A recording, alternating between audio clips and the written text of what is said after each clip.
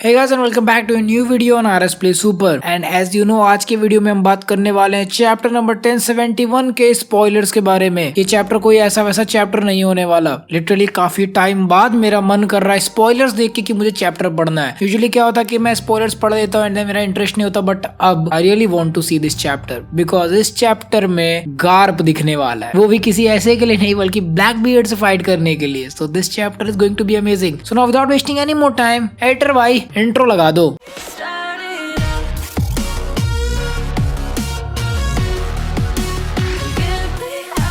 सो इस चैप्टर का टाइटल होने वाला है a hero appears. So hero से आप अंदाजा लगा सकते हो यहाँ पे किसकी बात हो रही है, the marine hero Garp himself. And हमें चैप्टर के कवर पेज में ऊटा दिखने वाली है वापस after the film dead, because Uta यहाँ पर स्ट्रॉ हेड क्रू के साथ दिखेगी। तो क्या इसका मतलब ये हो सकता है कि फ्यूचर में चल के स्ट्रॉ हेड क्रू दोबारा से ऊटा से मिले, या फिर it implies that straw hat crew may be Shanks से दोबारा मिलने वाले हो। There is a possibility. क्या चैप्टर स्टार्ट होता है रेड लाइन पे, क्योंकि वहीं पर रियल कुमा टेलीपोर्ट होके पहुंचा हुआ है और हर कोई उसको देख के बिल्कुल चौंक गया है। करंटली वो मेरी जॉयस में जा रहा था कि वो वर्ल्ड गवर्नमेंट से कुछ बात कर पाए। तो काफी सारे लोगों का स्पेकुलेशन था कि कुमा एक्चुअली में जाएगा वेगा पंक के आइलैंड पे for helping him, but actually में ऐसा नहीं है। एंड कुमा ने मिलकर कुछ प्लान किया जिसके बारे में ड्रैगन को नहीं पता है। एंड फिर भी कुमा अगर वर्ल्ड गवर्नमेंट के पास जा रहा है तो आई हैव टू एज्यूम कि वर्ल्ड गवर्नमेंट के पास कोई एक ऐसी छुपी हुई चीज है जो कि वेगा पंक नहीं चाहता कि वर्ल्ड गवर्नमेंट के कंट्रोल में आ जाए। अभी उनके पास होगी बट उसका कंट्रोल नहीं होगा। That is why I think Kuma को इस तरह से उसने प्रोग्राम किया है। वापस हम एगहेड आइलैंड पे आते हैं तो वहाँ पे वो जो स्टशी है CP0 वाली, वो बोलती है कि शायद लुची का मन नहीं है मरीन्स की ऑर्डर मानने का और वो लूफी और वेगा पंक के ऊपर अटैक करना चाहता है और वो बहुत गुस्से में और उसको लूफी और वेगा पंक को पेलना है। लुची यहाँ तक कि ये भी बोल देता है कि वो मूगीवारा लूफी को योंको की तरह रिकॉग्नाइज नहीं करता है। शायद इसकी अच्छे से पिटाई नहीं हुई है काफी टाइम से कि वो इतनी बकचोदी कर रहा है।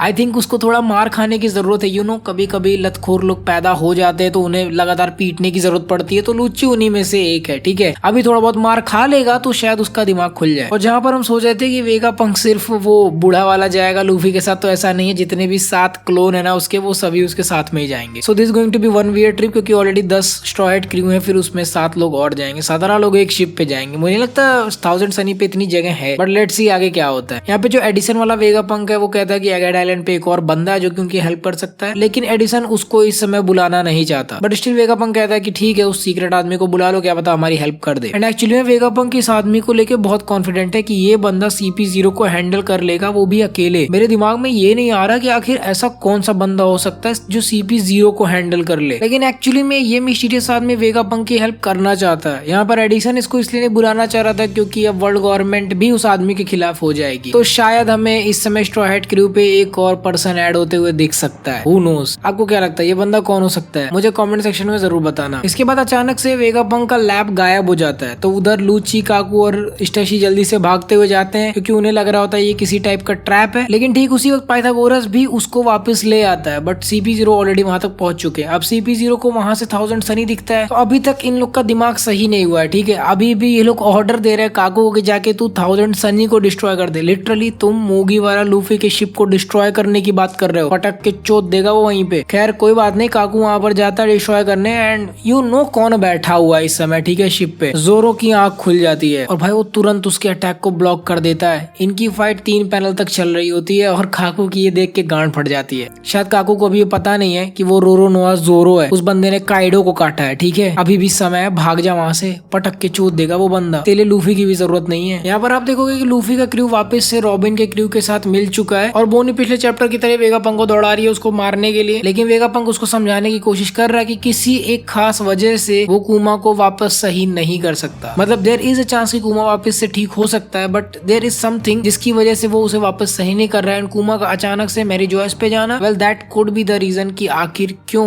वेगा पंक उसको ठीक नहीं कर रहा। ऐसा हो सकता है कि मेरी जॉयस पे कुछ ऐसा छुपा हुआ है, कुछ ऐसा सीक्रेट है जो कि कुमा एक्सेस कर सकता है, या फिर पॉसिबली उसके जो पावर्स हैं वो उसकी हेल्प कर सकते हैं। यहाँ पर आपको किड का क्रू दिखेगा जो कि एल्बाफ पर पहुंच रहा है, एक बड़ा सा आइलैंड जो कि धुंध में छुपा हुआ है और किड उसके लिए बहुत ज्यादा एक्साइटेड है। वैसे काइंड ऑफ मुझे लग रहा था कि किड वहां पहुंचेगा क्योंकि उसकी पर्सनालिटी को थोड़ा सा सूट करता है एल्बाफ का कल्चर, बट लेट्स सी कि आगे क्या होता है। यहाँ पे हम लोग उम्मीद कर रहे थे कि हम सभी लोग एल्बाफ को देखेंगे, शायद ऐसा नहीं होने वाला। खैर उसके बाद हम देखते हैं कि मरीन के बेस G14 को, यानी कि वो वाला जो कि अभी वेगापंक के आइलैंड के पास में है, यहाँ पे इस समय हेलमेपो भीख मांग रहा है कि कोई चल के जल्दी से कोबी को बचा लो। यहाँ पर कोई भी उनकी बात नहीं सुन रहा और सारे के सारे शिप्स इस समय एगेड आइलैंड की तरफ जा रहे हैं क्योंकि ऑब्वियसली वहां पर लूफी है। बट तभी अचानक से वहां पर एक मर्द की आवाज आती है। वो बंदा बोलता है कि मैं आ गया हूँ, और आखिरी पेज पे आप देखोगे कि गार्प की शिप G14 पोर्ट पर आ चुकी है और गार्प हेलमेपो से चिल्लाकर बोल रहा है चढ़ जा लौंडे। चल के पेल के आते हैं और कोबी को बचाते हैं। और आई थिंक ब्लैक बियर्ड के अब दिन काउंट होने लगे हैं। लिटरली गार्प वहां पर जा रहा है, समझ रहे हो?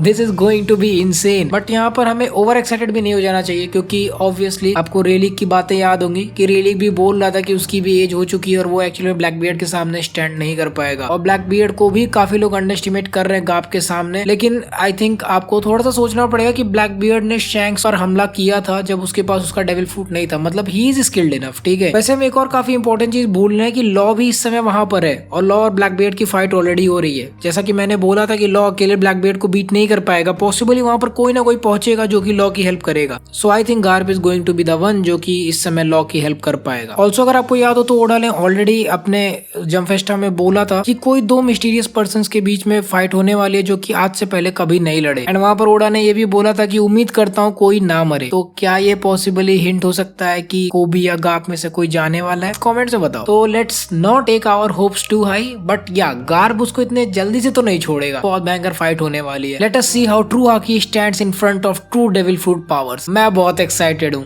आप लोग कितने हो मुझे कमेंट सेक्शन में जरूर बताना। सो गाइस ये थे स्पॉयलर्स ऑफ चैप्टर नंबर 1071। गजब का चैप्टर है ना, आप पढ़ने के लिए जल्दी वेट करो। मुझे फिलहाल रॉ स्कैन्स मिल चुके हैं जो कि जापानीज में कुछ समझ में तो नहीं आ रहा है और मैंने उसको ज्यादा देखा भी नहीं है। Waiting for the English ones. वैसे आप लोग को कैसा लगा मुझे कमेंट्स में जरूर बताना और चैनल को सब्सक्राइब कर लो, डिस्कॉर्ड ज्वाइन कर लो। डिस्कॉर्ड में तो सच में आ जाना यार, प्लीज रिक्वेस्ट है। And I will see you guys in the next one. So until the next video, bye on.